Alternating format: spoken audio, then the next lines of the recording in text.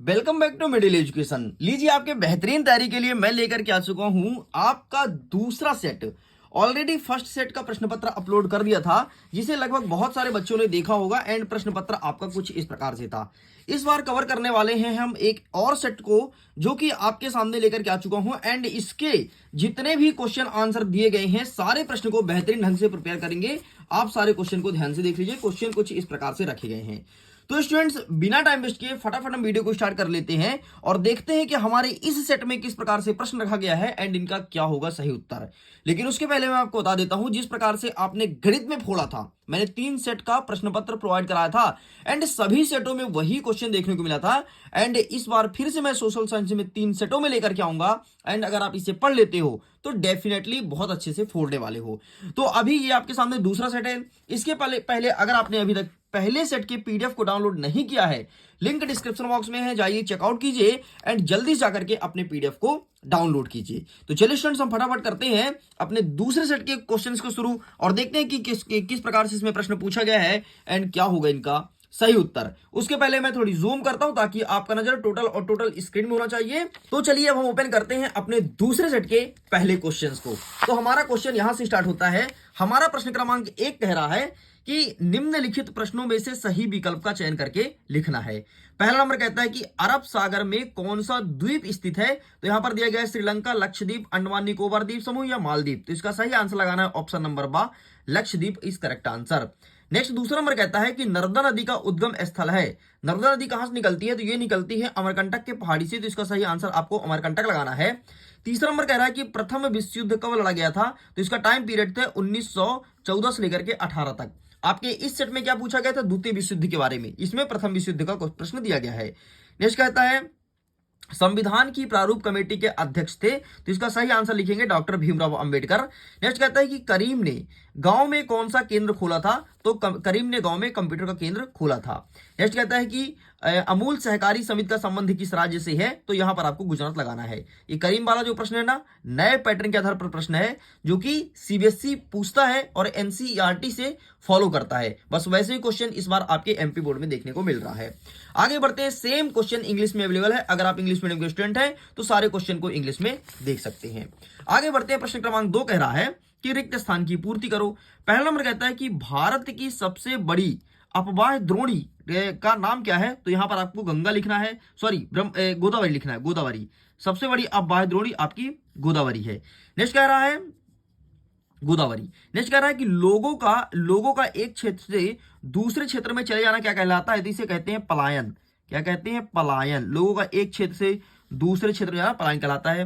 Next कहता है कि जॉर्ज यूल नामक अंग्रेज अफसर ने शिकार के दौरान कितने बाघ मारे थे। तो इन्होंने 400 बाघ को मारे थे। नेक्स्ट कह रहा है लोकतंत्र जनता के लिए जनता द्वारा शासन है। यह कथन किसका है? तो अब्राहम लिंकन का है। किसका है? अब्राहम लिंकन इनका कथन है ये। नेक्स्ट कहता है कि महात्मा गांधी ग्रामीण रोजगार गारंटी अधिनियम, मतलब आपका मनरेगा, ये कब स्टार्ट किया गया था? तो 2005 में। नेक्स्ट हमारा कह रहा है कि भारत में सबसे भयंकर अकाल किस राज्य में पड़ा था। तो बंगाल में पड़ा था। ठीक है, सबसे पहले अकाल बंगाल में ही पड़ा था। ठीक है, नेक्स्ट आगे बढ़ते हैं। सेम क्वेश्चन इंग्लिश में अवेलेबल है। अगर आप इंग्लिश मीडियम के स्टूडेंट हैं, सारे क्वेश्चन को अच्छे से देख लो। आगे प्रश्न क्रमांक 3 कह रहा है कि सही जोड़ी का मिलान करो। पहला नंबर कहता है कि प्रथम जनगणना। तो सबसे पहली बार जनगणना हुआ था 1872 में। तो ये हो जाएगा पहले का उत्तर। दूसरा नंबर कहता है कि वर्साई की संधि, तो ये हुआ था 1929 में। तो ये हो जाएगा दूसरे का उत्तर। नेक्स्ट कहता है हिटलर का जन्म, तो ये हुआ था 1889 को। तो ये हो जाएगा आपका तीसरे का उत्तर। नेक्स्ट कह रहा है कि प्रथम चुनाव आयुक्त, तो ये थे सुकुमार सेन। तो ये हो जाएगा आपके चौथे का उत्तर। नेक्स्ट कहता है कि गैर कृषि कार्य, तो ये आपका डेयरी हो जाएगा, ये हो जाएगा 5वें का। एंड गेहूं क्रांति की शुरुआत इंदिरा गांधी ने की थी। तो ये होगा 6वें का। इस प्रकार से आपका ये होता है कंप्लीट। सेम क्वेश्चन इंग्लिश में अवेलेबल है, आप प्लीज इंग्लिश में देख लीजिए। चलो आगे बढ़ते हैं। नेक्स्ट हमारा क्या कह रहा है? प्रश्न क्रमांक 4। इसमें कह रहा है एक शब्द या एक वाक्य में उत्तर देना है। पहला नंबर कहता है भारतीय मरुस्थल की सबसे महत्वपूर्ण नदी का नाम क्या है। तो लूनी है। कौन सी नदी है? लूनी। नेक्स्ट कह रहा है ग्रीष्म ऋतु में चलने वाली हवाओं को क्या कहते हैं। तो लू कहा जाता है, ध्यान रखिएगा। नेक्स्ट कहते हैं कि भारत में सबसे अधिक लिंगानुपात किस राज्य में है। तो केरला में है, केरल। नेक्स्ट क्या कह रहा है कि किस देश की संसद को ड्यूमा कहा जाता है। तो रूस की संसद को ड्यूमा कहते हैं। तो रूस यहां पे लिखोगे।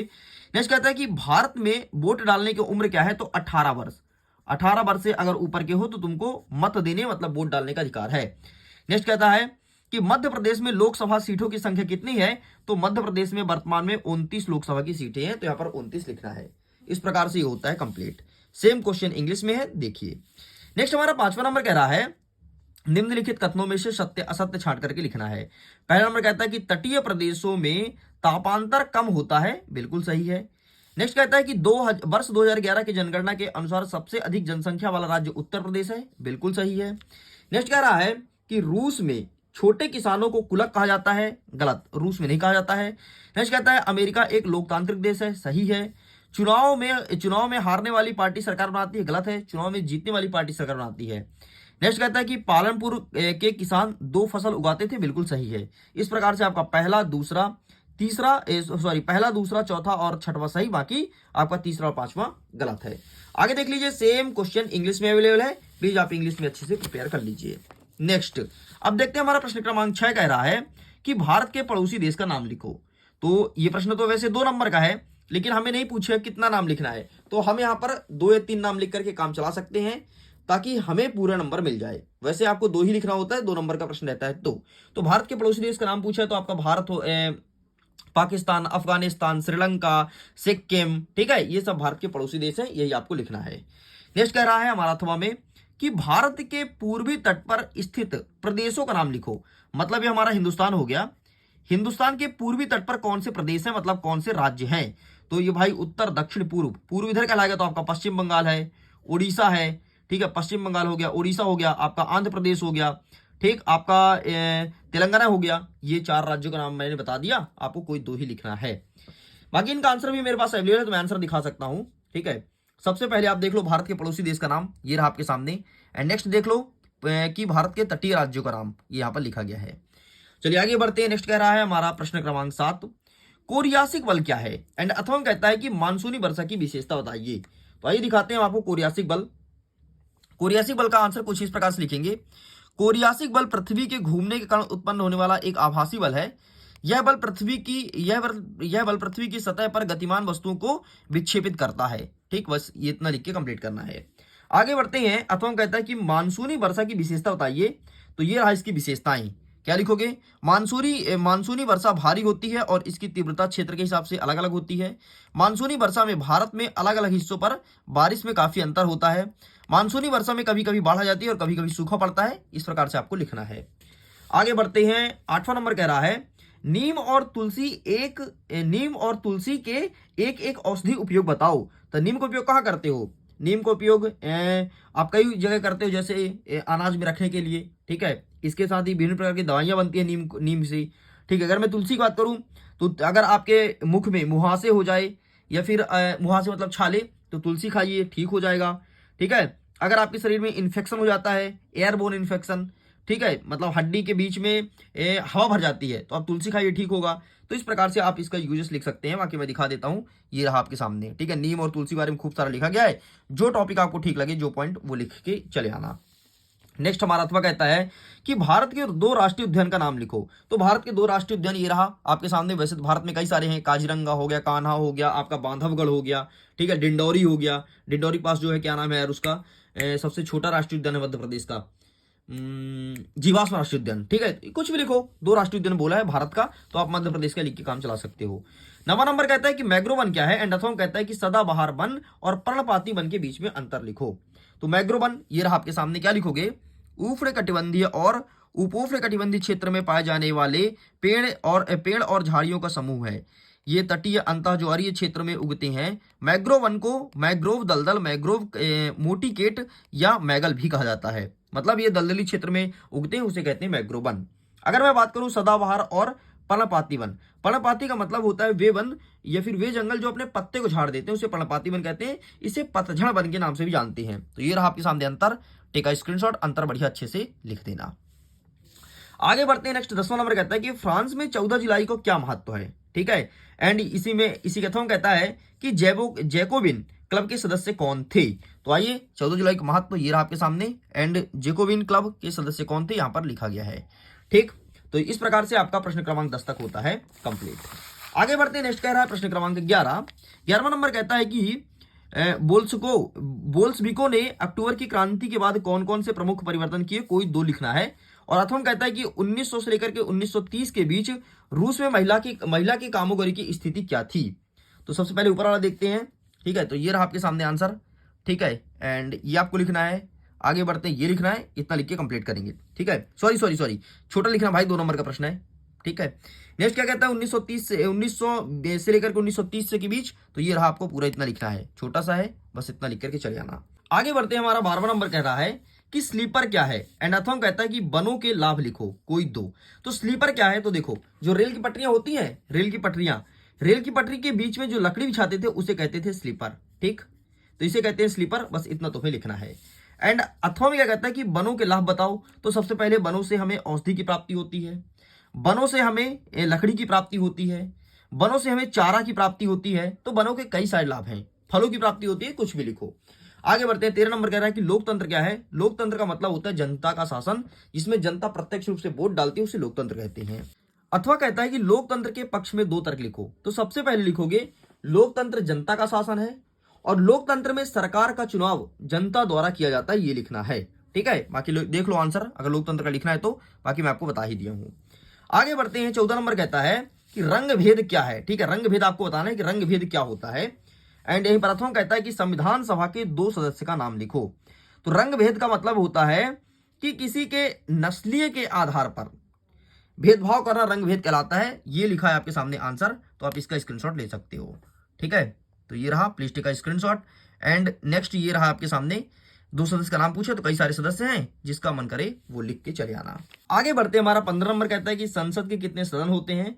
तो सांसद के 2 सदन होते हैं, एक होता है आपका लोकसभा, दूसरा होता है राज्यसभा। याद रखना, लोकसभा और दूसरा क्या है, राज्यसभा। नेक्स्ट हमारा कह रहा है कि प्रधानमंत्री के 2 कार्य लिखो। तो सबसे पहले मंत्री परिषद की बैठक करता है, ठीक है, बैठक की अध्यक्षता करता है। और क्या करता है कि अगर राष्ट्रपति अनुपस्थित है तो राष्ट्रपति के सभी कार्यभार को निर्वहन करता है, मतलब काम करता है। ये है प्रधानमंत्री का कार्य। आगे बढ़ते नेक्स्ट कहता है कि सकल के माता पिता का क्या नाम था। एनसीईआरटी चैप्टर के 20 से क्वेश्चन पूछा गया है।